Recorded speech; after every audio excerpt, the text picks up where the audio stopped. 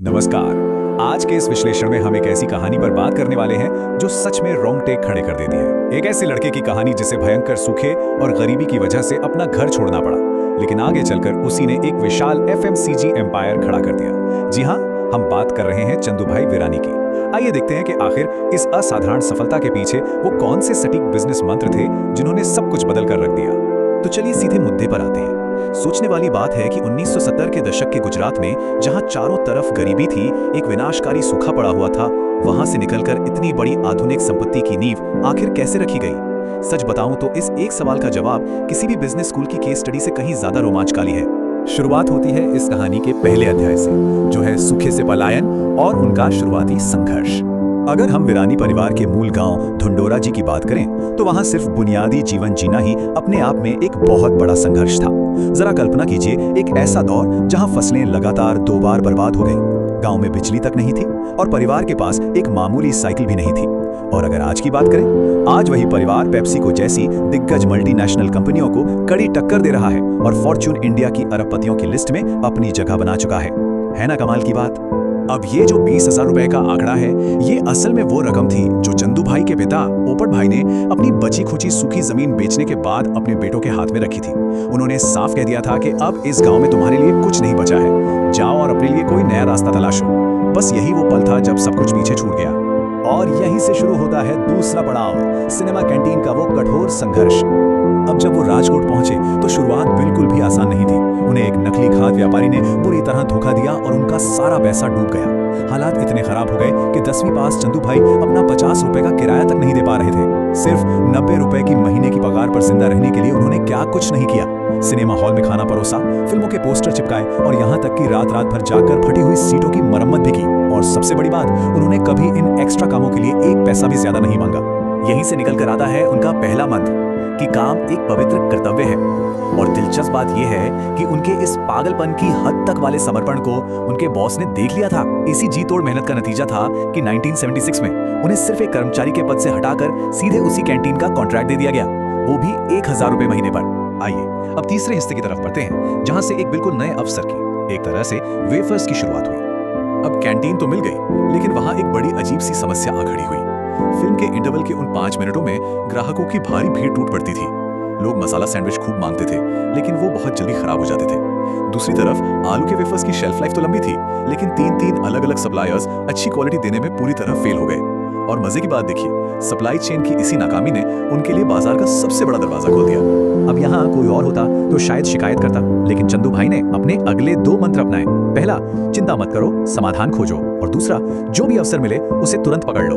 हार मानने की बजाय उन्होंने सिर्फ 10,000 रुपए लगाए, 5,000 की आलू छीलने वाली एक जुगाड़ू मशीन बनवाई और अपने घर के पिछले हिस्से में रात रात भर वेफर्स तलने के प्रयोग शुरू कर दिए। और उनका ये मानना बिल्कुल स्पष्ट था।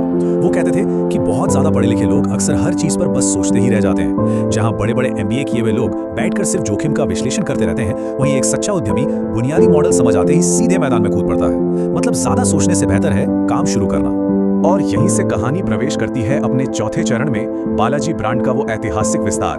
1982 के उस छोटे से बैकयार्ड वाले प्रयोग से लेकर एक मशहूर ब्रांड बनने तक का सफर कोई चमत्कार से कम नहीं है। इन भाइयों ने शुरुआत में खुद साइकिलों पर, फिर मोटरसाइकिलों पर दुकानों तक चिप्स पहुंचाए। कई ऐसे बेईमान दुकानदार भी मिले जो सामान लेकर पैसे नहीं देते थे, लेकिन वो पीछे नहीं हटे। उनकी ये जिद ही थी कि 1989 तक आते आते उन्होंने गुजरात का सबसे बड़ा प्लांट लगाने के लिए 50 लाख का भारी भरकम लोन ले लिया। इस पूरी प्रक्रिया में एक बात जो सबसे ज्यादा ध्यान खींचती है वो ये है कि चंदू भाई खुद एक पार्ट टाइम इंजीनियर बन गए थे।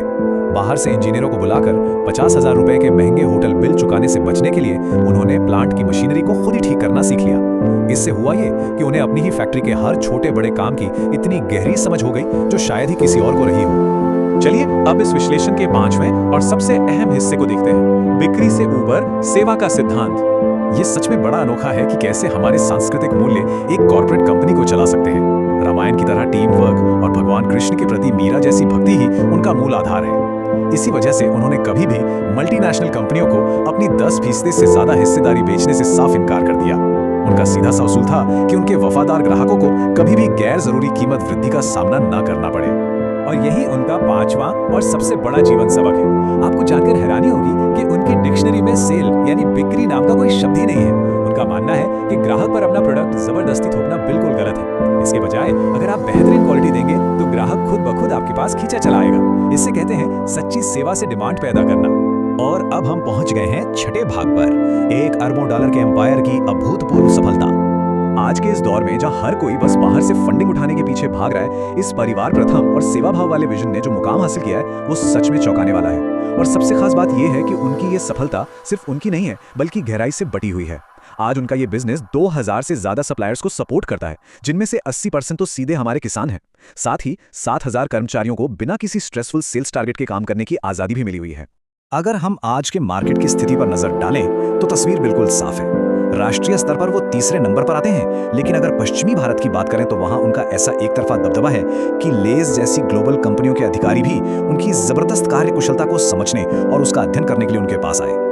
आज राजकोट, वलसाड़, इंदौर और लखनऊ में उनके 4 बड़े कारखाने हैं और 14 राज्यों में 50 से ज्यादा स्नैक्स बेचे जा रहे हैं। ये इस बात का जीता जागता सबूत है कि अगर कोई एक इंसान शून्य से शुरुआत करके सही दिशा में मेहनत करे तो वो एक ऐसा विशाल साम्राज्य खड़ा कर सकता है जो सदियों तक याद रखा जाएगा। अगर इस पूरी कहानी से कुछ सबसे महत्वपूर्ण सबक निकालने हो तो वो ये होंगे: हमेशा काम को एक पवित्र कर्तव्य माने, समस्याओं पर रोने के बजाय उनके समाधान खोजें, जो भी सही अवसर मिले पूरी रिसर्च के साथ उससे झपट लें, अपने काम के प्रति पूरी तरह समर्पित रहें और सबसे अंत में जबरदस्त बिक्री करने के बजाय सच्ची सेवा प्रदान करें। आज के इस विश्लेषण को हम एक बहुत ही गहरे सवाल के साथ खत्म करेंगे। आज के इस दौर में जहां हर कंपनी बस जल्दी से जल्दी पैसा बनाने और ग्राहकों को जबरदस्ती सामान बेचने में लगी है, क्या वहां एक धीमी, स्थिर और सेवा से भरी हुई भक्ति ही एक अरब डॉलर की असली विरासत बनाने का सच्चा रहस्य है? चंदू भाई की ये पूरी यात्रा हमें आज के बिजनेस के तौर तरीकों पर दोबारा सोचने पर मजबूर जरूर कर देती है। शायद शॉर्टकट में नहीं बल्कि निरंतर सेवा में ही असली कामयाबी छिपी है। इस